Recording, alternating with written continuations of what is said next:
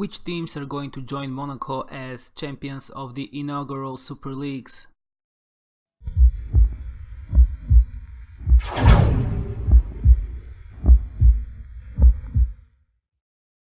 Hello everyone and welcome to the What If League. Today we are doing episode 15 of the Super League series. If you haven't seen the previous episodes, please make sure to do so in my channel. Links are also going to be provided in the description below.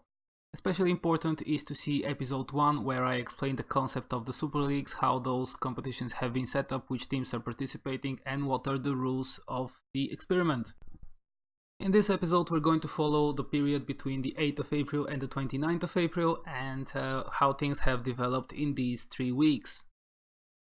Before I move on to the overview of the 5 divisions, I'm going to quickly show you the job security page and the changes that have happened in the head coach manager positions in the top 100 teams that are participating. Ever since the last episode, Nice have hired Fernando Hierro as their new head coach, and now they're hoping for better performance. On the outside, we see that Egea has stepped back from the interim head coach position at Pumas, and they have hired Antonio Mohamed as their new manager. Let's just quickly go to the job security page, and we can see here that no team is currently looking for a manager. On the other side we have Miguel Mejia Baron from Tigres, who is under review, and Javi Calleja from Villarreal is very insecure in his position as head coach of the Spanish team. Starting now the summary of the top 5 divisions. Super League 1 is first, where Real Madrid are still leading the way with 72 points at the top of the table, 4 more than second place Manchester United. There are just 2 rounds left to be played here, so Manchester United still have a mathematical chance to catch up and become champions instead, although I would say it is highly unlikely at this point. Third place Juventus are with 63 points, and it would be very difficult for them to overthrow Manchester United in the second position, and they have absolutely no chance to catch Real Madrid at the top of the table.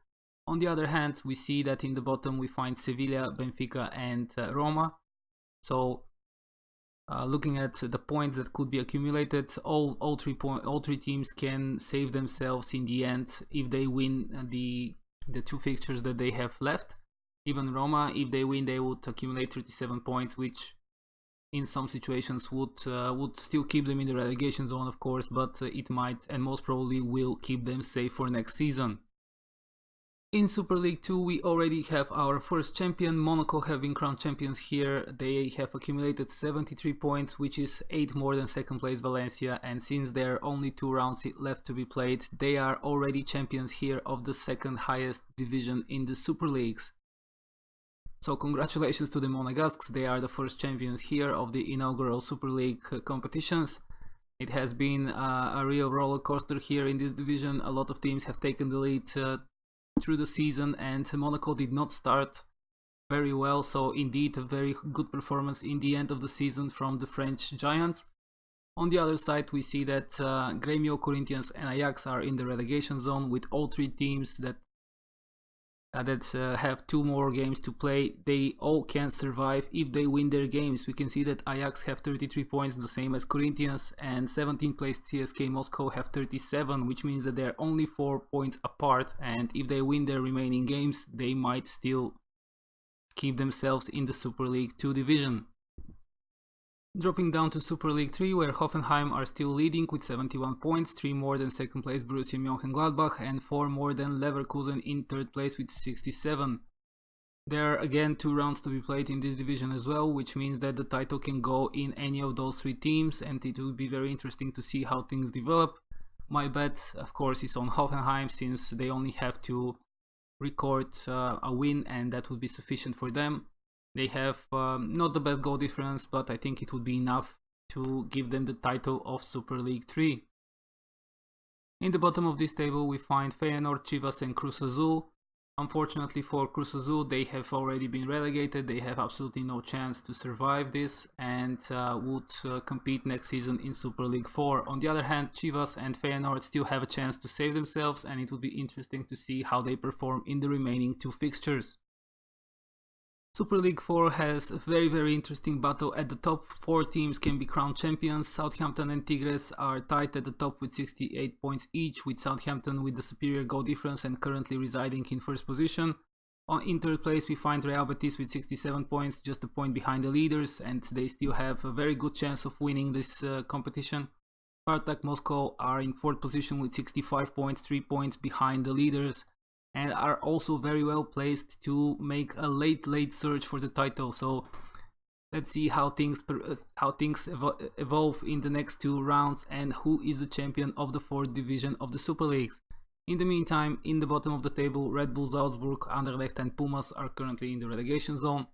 With the Mexican Pumas already relegated, they have only 27 points, which is 11 less than 17th place Köln, and it will be very difficult for them next year in Super League 5. Unfortunately, they have no chance of surviving this season, even if they win their 2 remaining fixtures.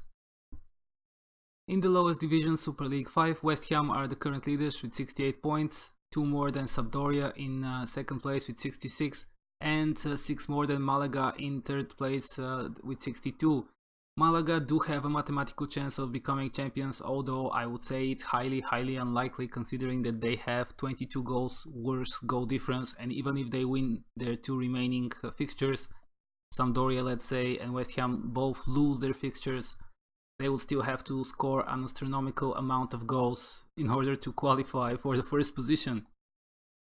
There are no relegated teams in this division, so there is no point in really discussing who is at the bottom, although Atalanta and Pachuca find themselves in the bottom of the table for almost the entire season and are really struggling with the competition in the Super Leagues. The cup competitions have no fixtures that have been played in the past 3 weeks. The finals are going to be played on the 2nd of May and on the 9th of May. On the 2nd of May, we're going to have the Super League Cup and Super League Trophy finals, and the Super League Masters competition is going to finish on the 9th of May. So the next few weeks are going to be very interesting and very important for the Super Leagues. We're also going to see what happens for the player and team statistics, as well as how have the European competitions developed in this season. So make sure to follow my channel to see how things develop in the next few weeks.